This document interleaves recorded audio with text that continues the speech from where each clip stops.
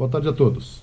Meu nome é Paulo Banevicius. Eu atualmente dirijo o negócio de Healthcare Digital para a América Latina.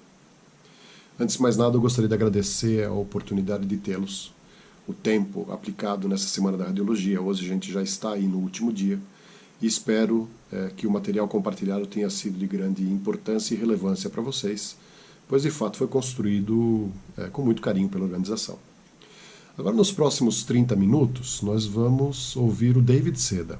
David Seda é o nosso Chief Marketing Officer de Healthcare Digital Global e ele vai compartilhar com vocês sobre uma parte do nosso portfólio, uma parte daquilo que a gente é capaz de fazer com software no segmento de saúde e como transforma o dia a dia das organizações e faz com que tenhamos um futuro melhor. Agora com vocês, David Seda. Welcome. Thank you for joining us. And on behalf of everyone at GE Healthcare, thank you for your tireless efforts, not only to restore health, but also in advancing science and medicine, which is critical.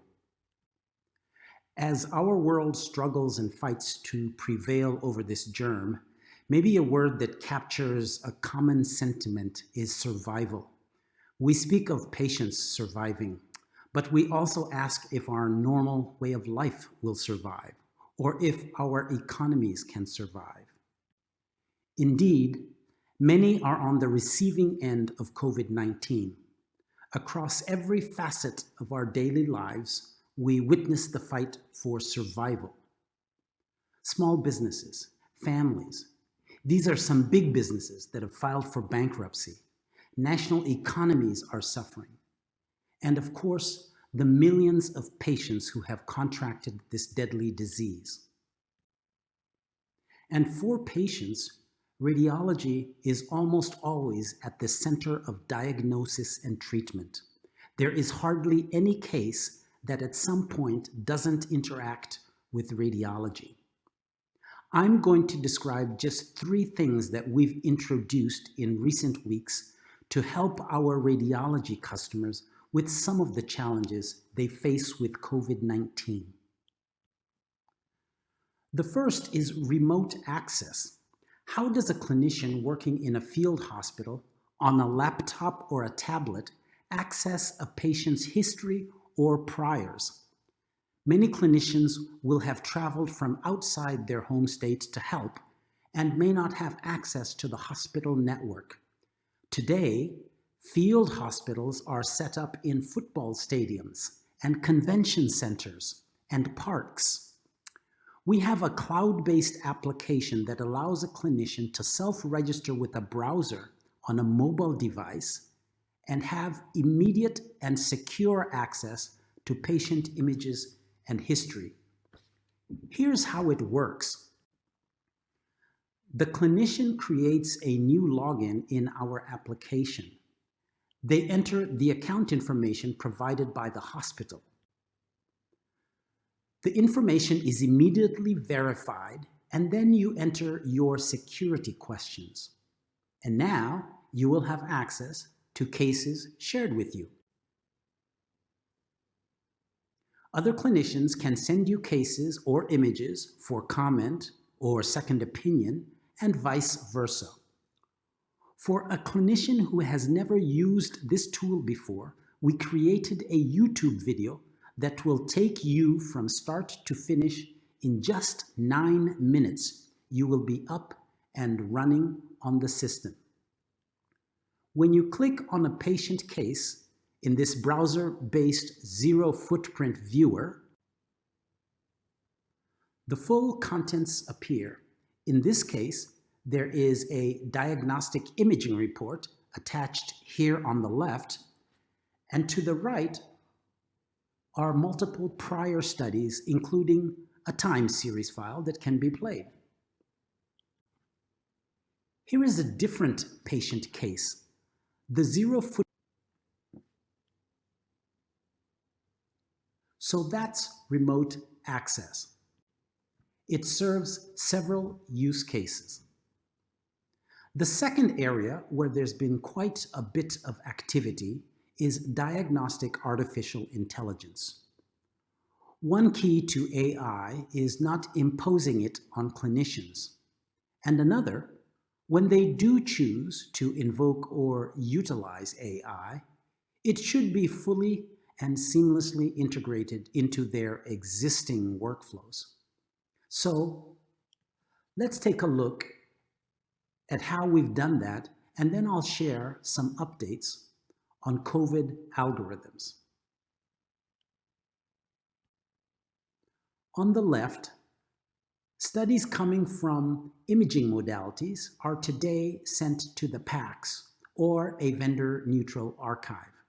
To that environment, we've added our Open PACS AI to orchestrate and manage which algorithms are available to be applied to which studies. Where appropriate algorithms are available, they are run on the study, and the results and any findings are returned to the PACS with the study. If a finding was critical, requiring urgent attention, the study is flagged by the workflow manager, which prioritizes that study to the top of the RAD work list at the top right of the screen. The AI results are not displayed at this time. They are stored.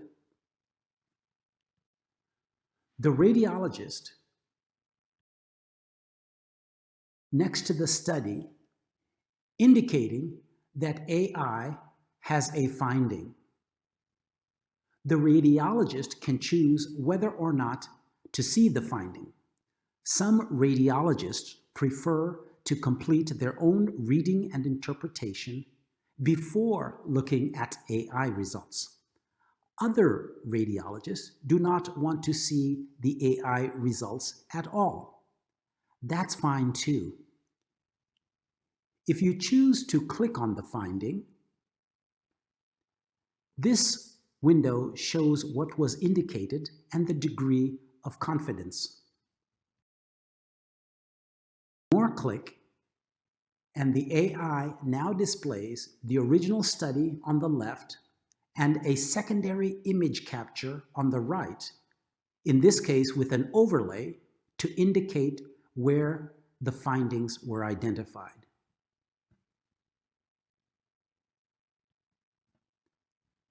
And again, the degree of confidence.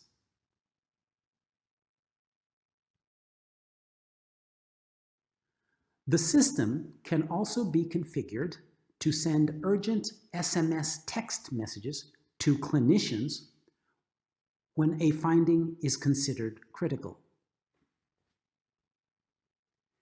Because the system is open, it works with both GE and non-GE algorithms. Our ecosystem and list of algorithms is growing every week. Here are some of the algorithms that work with our OpenAI orchestrator. On the right, you can see several algorithms to detect breast cancer. On the left, you see a few algorithms to detect lung conditions.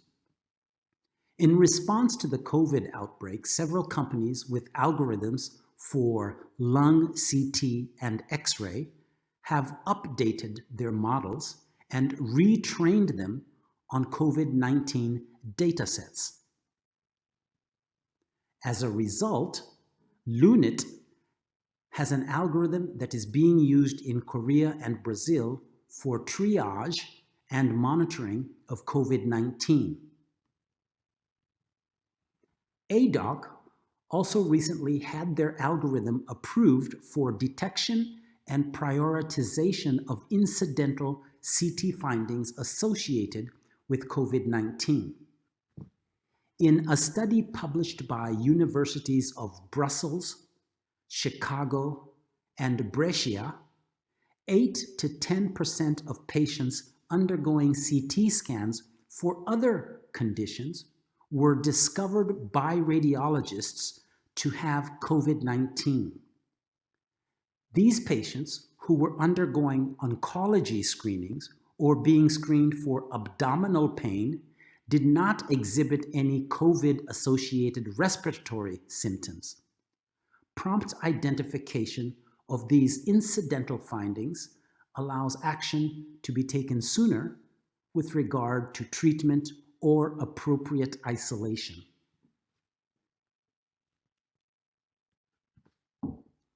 Here are some algorithms we are working on with River Rain Technologies. This one is Bone Suppress.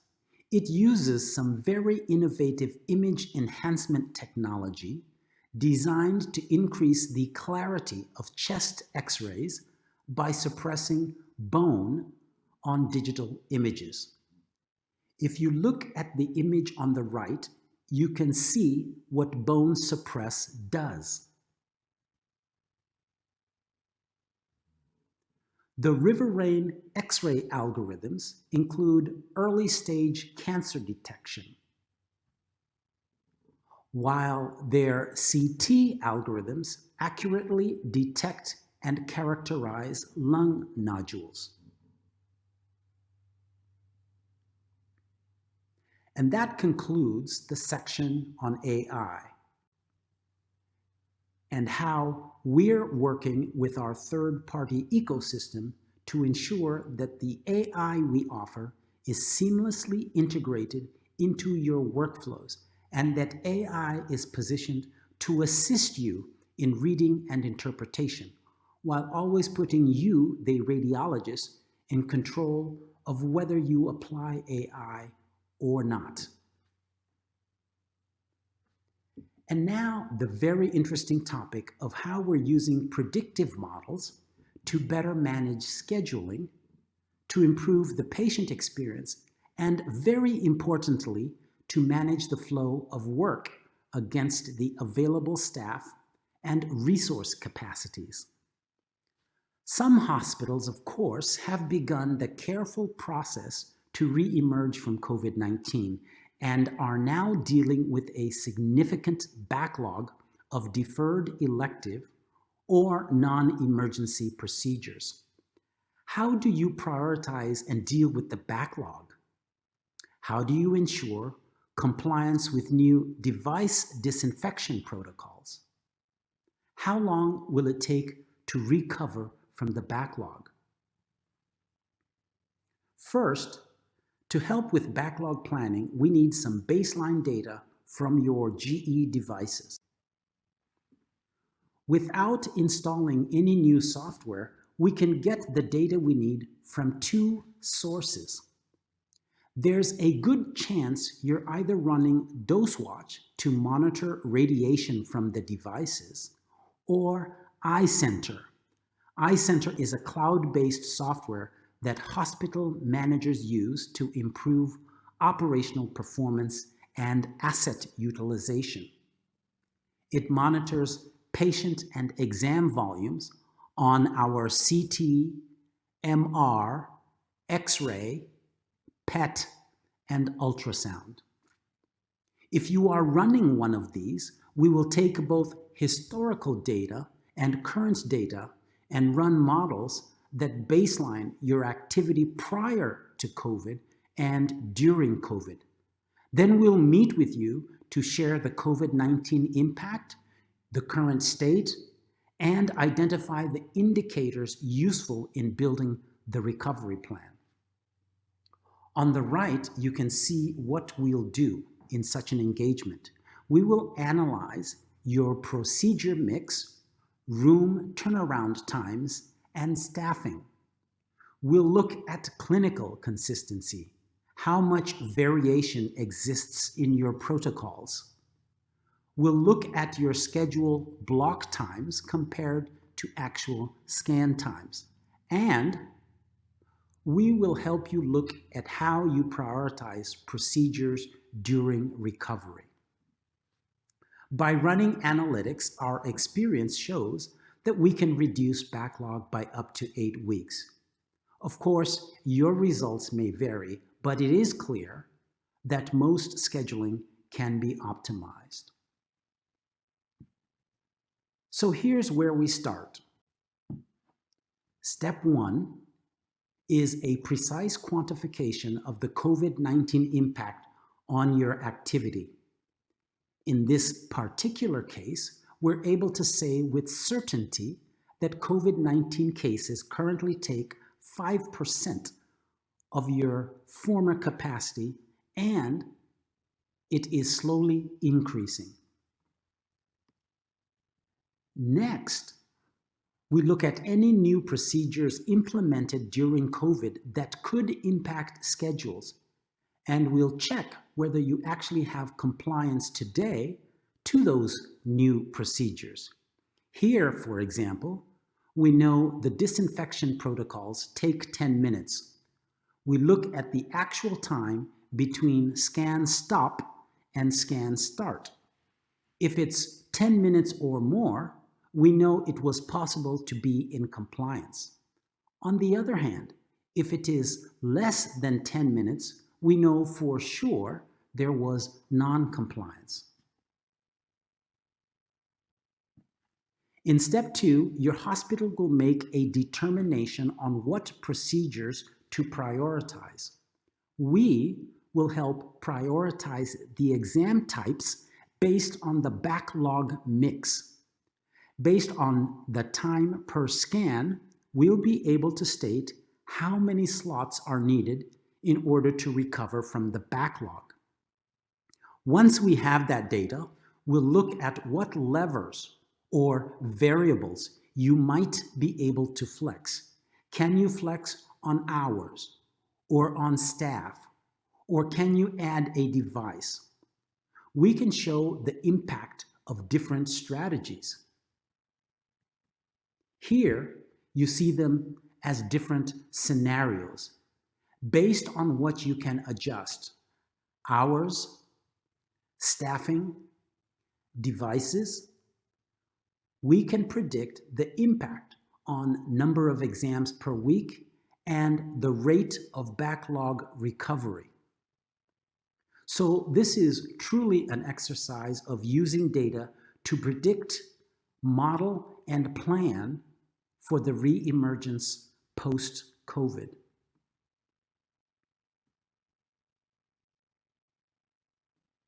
Today, the topic was efficiency in a time with a severe spike in demand, insufficient resources, and an unprecedented urgency. We at GE Healthcare want to make sure we are helping you in any way we can. Instant remote access from anywhere on any device. AI that we want to deliver seamlessly into your workflows. And finally, the backlog challenge post-COVID and how we use the data you have to prescribe an optimal scheduling strategy.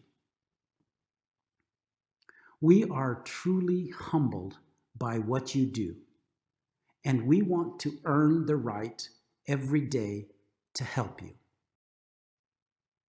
Thank you for listening.